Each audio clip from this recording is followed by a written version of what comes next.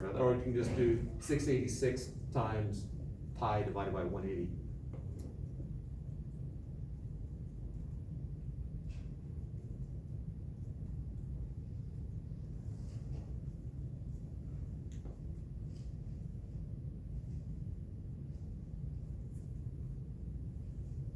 Oh, that's squared. Cut that in half. One. I don't know where I just had. It was like 197. 19. Yeah. Okay. Okay. Not deflecting a whole lot, but that's because we put a whippy amount of electric field right there.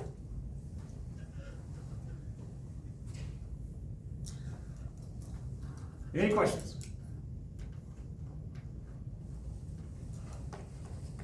Start this up again, didn't I?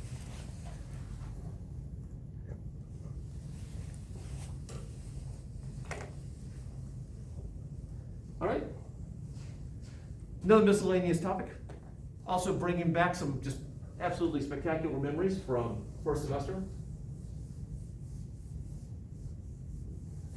G2 Kabuka.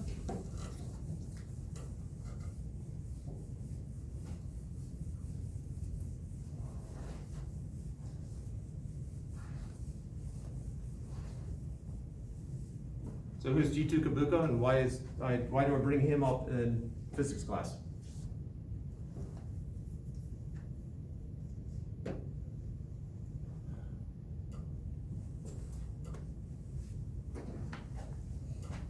There's a TV series in the late 70s called A Man Called Slim. Robert Conrad, at one point Robert Conrad had been in more TV series than any other actor. You might know him from Wild Wild West or Black Sheep Squadron. He was then also in a whole bunch of series that lasted a half a season. Man Called Slim being one of them. His sidekick in that was played by an actor called G2 Kabuka. The character's name was Torque. So, let's talk about torque. First off, let's just do the quick basics here. What is the formula for torque?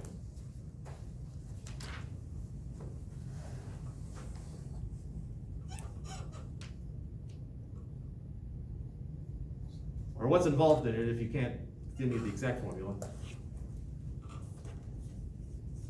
Radius. Okay. Radius, foot-pounds. Say it again? Radius and foot-pounds. Foot-pound would be a unit, Yeah. so, but obviously, if we're dealing with foot-pounds, foot is a unit of, Distance. yeah, so that's going to be the radius, or moment arm more specifically, and then pound, Mass. Force. Weight. Force. force.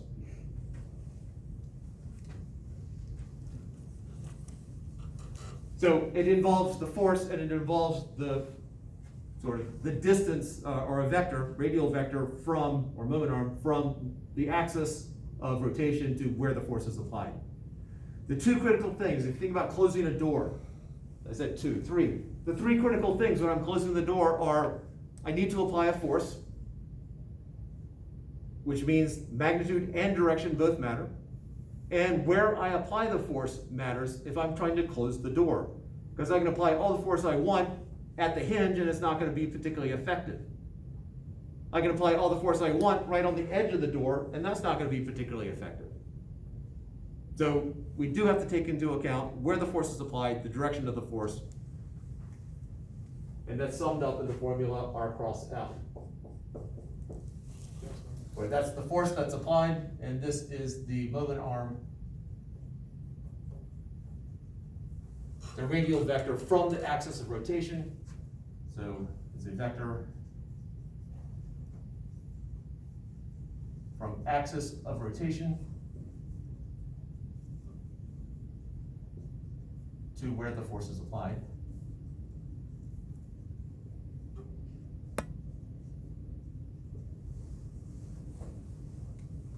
But this also brings in one other aspect, the cross there in the middle. If you'll recall, work is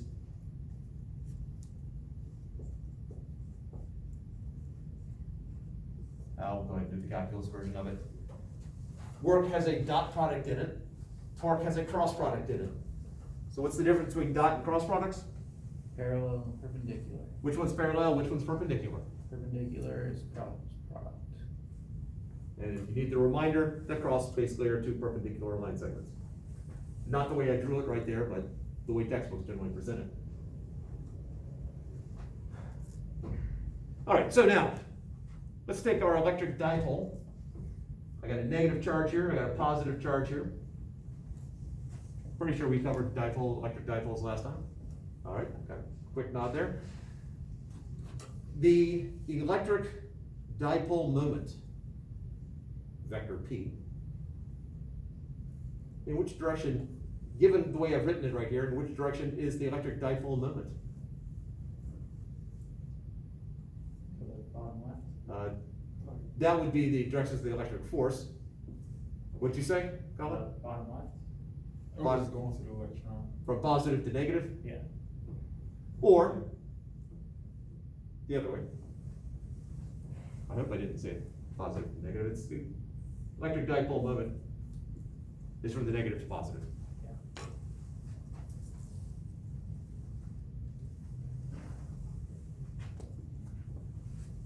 The distance between them, if this is some charge positive q, this would be some charge negative q. Distance between them, I think I used s last time, so I'll use s again. And so my electric dipole moment, the magnitude of it is the charge times the distance between the two charges. In order to be an electric dipole, the two charges do have to be equal in magnitude, just opposite in sign.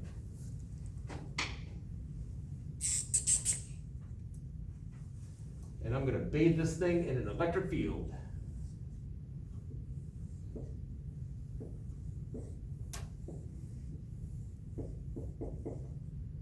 I will assume a uniform electric field.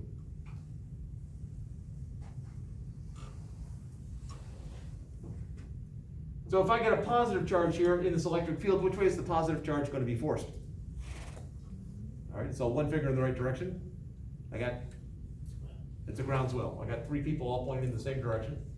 So I'm going to have some force on the positive charge. I'll just put a little F plus there. What's the direction of the force on the negative charge? All right, I got three fingers again, or three indications, I should say.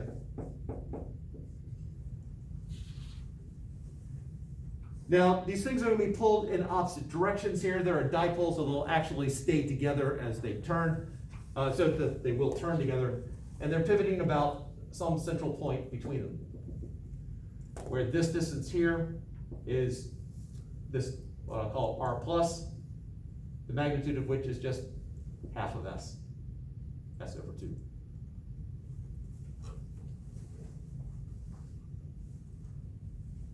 So the total torque on this dipole is the torque on the positive charge plus the torque on the negative charge. If you're ever trying to find total torque, you can do it by adding up all the torques if you have enough information. Total torque also is equal to I alpha, moment of inertia times the angular acceleration. So this would be R plus cross F plus. That's tau plus R minus cross F minus.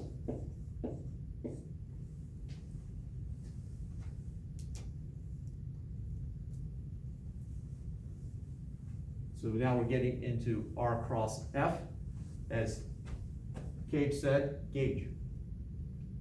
Yeah, how many times have I called you the wrong name? I think that's number 1. Oh, okay.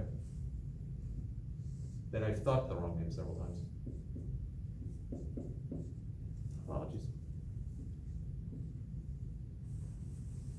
So I have R and F and some angle theta between them.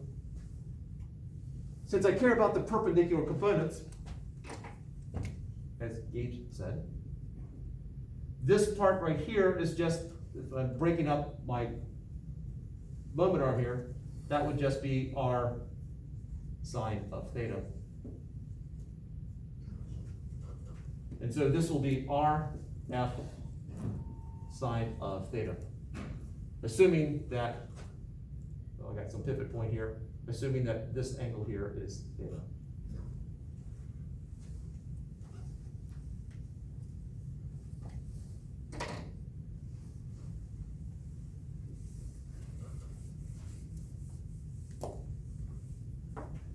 And now for the other piece of it, because we are dealing with a vector product.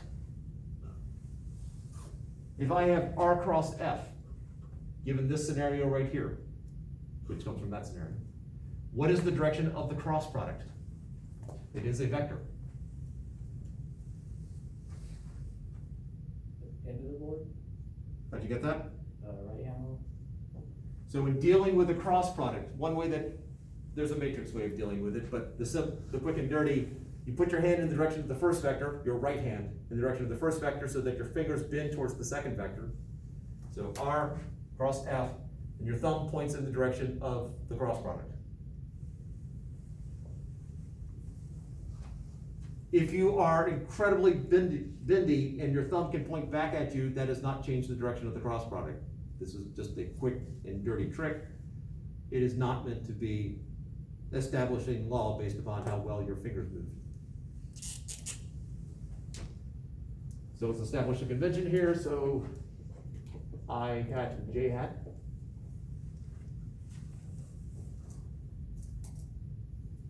And so we can now, so this would be in the, if that's I and J, K has to come out in a right-handed coordinate system. So negative K hat. Plus RF sine theta.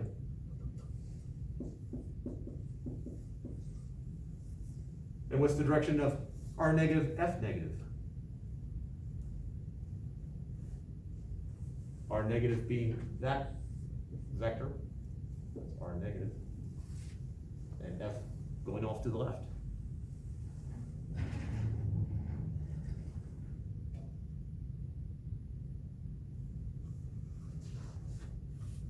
The opposite direction out of the board.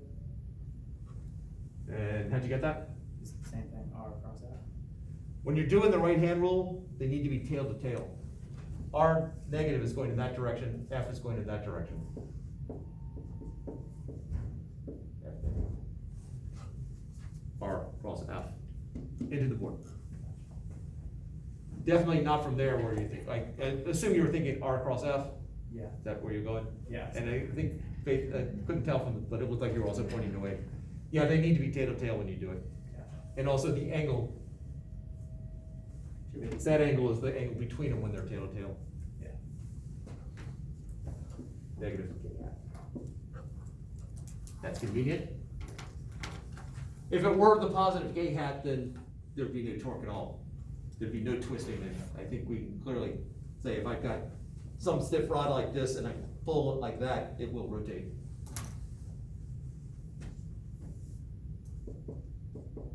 So R is just half of S, so this is negative S over 2. The force is, well, the charge, Q, times my electric field strength. And let's go ahead and establish again that my electric field, E, refers to the electric field strength, or magnitude of my electric field. Sine theta K hat. Minus the same thing. S over 2 QE sine theta K hat. Doing the fancy math, adding them together, we get S Q E sine theta negative K hat. And suddenly sine developed an extra letter there.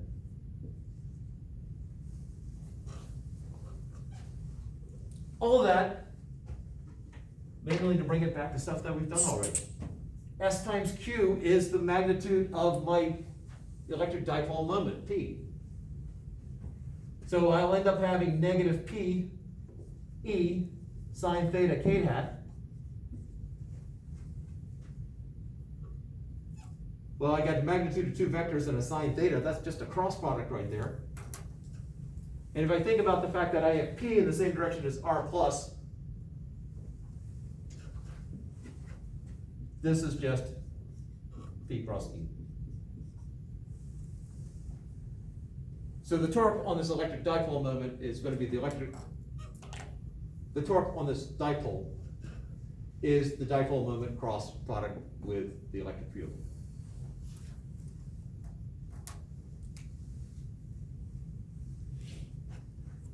But wait, there's more. Any questions on this before we do more?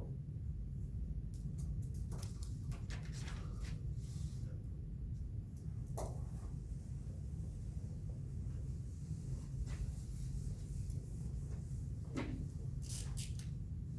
we'll write that over here because we're going to come back to it. So the torque is equal to P cross E.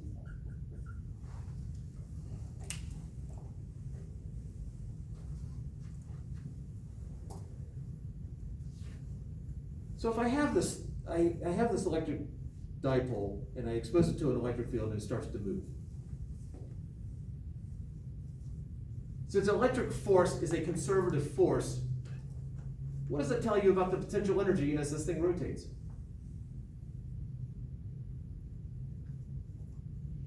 It's inversely proportional to the kinetic energy or rotational energy? As like Yes, inversely.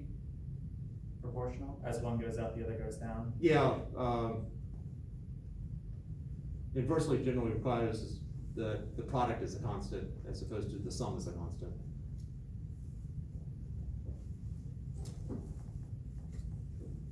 Additive inversely proportional? I'm not quite sure what the math term is, but yes, you're right. So now let's take a look at some energy. So I have this thing and it's rotating, so in order to figure out what is the potential energy formula, because I do have a conservative force involved here, and therefore there's a potential energy formula.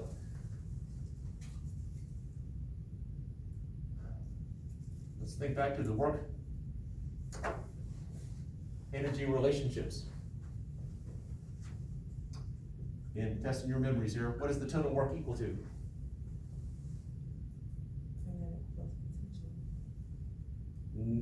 No. That would be total energy. Oh, potential was. That you had up on the board a minute ago, the integral of force. No, not for the work energy relationships. That's just the definition of work. Let's put that one back up again. So the work, by definition, is the integral of F dot dx.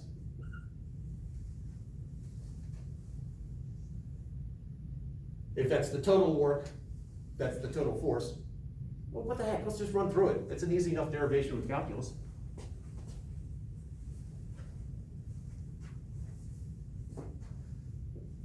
So the total work is equal to the integral of the total force dot dx from some initial position to some final position. What's the total force equal to?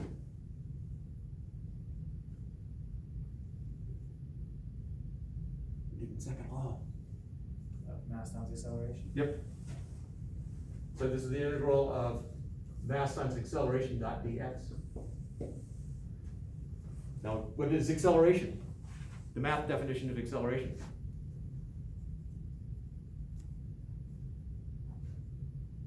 The derivative of the velocity. Yes, it is, with respect to, Time. so mass is the constant, so it's coming out. Integral of dv dt dot dx.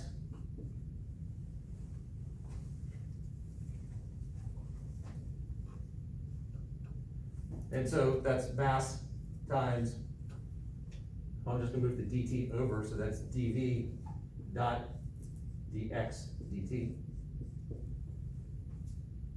And what's dx dt?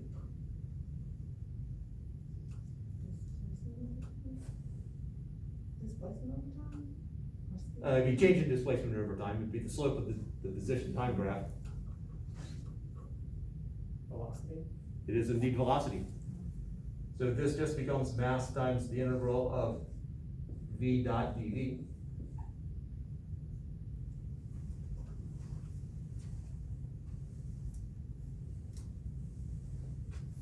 I'm gonna do a little hand wave away to not worry about the signs there.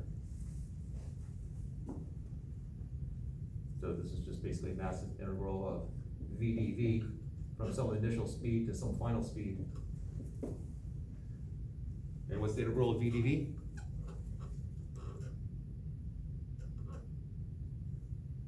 Just acceleration. No, look, think math. Integral of VdV. V squared over two. Yep. So I got a 1/2 m v squared from v initial to v final. So I get 1/2 mv final squared minus 1/2 mv initial squared. And what is 1/2 mv squared? Kinetic energy. Yes. Just so you know, that's the one formula that I do expect you to have memorized, that 30 years from now, assuming I'm still alive and I run across you, I should be able to ask you, what's the formula for kinetic energy? You should be able to tell me 1/2 mv squared.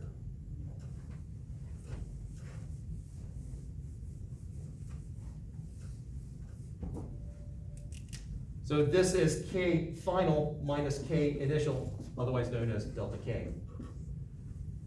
So this is known as the work energy theorem. I still contend that it's not really a theorem, that it works because we define things to make it work.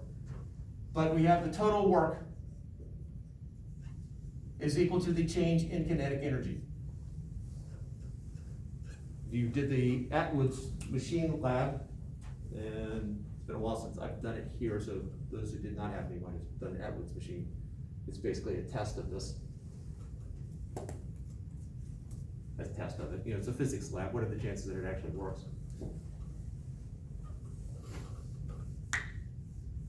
So the work energy relationships are relating what type of work to some particular type of energy. So total work is related to the change in kinetic. Non-conservative work.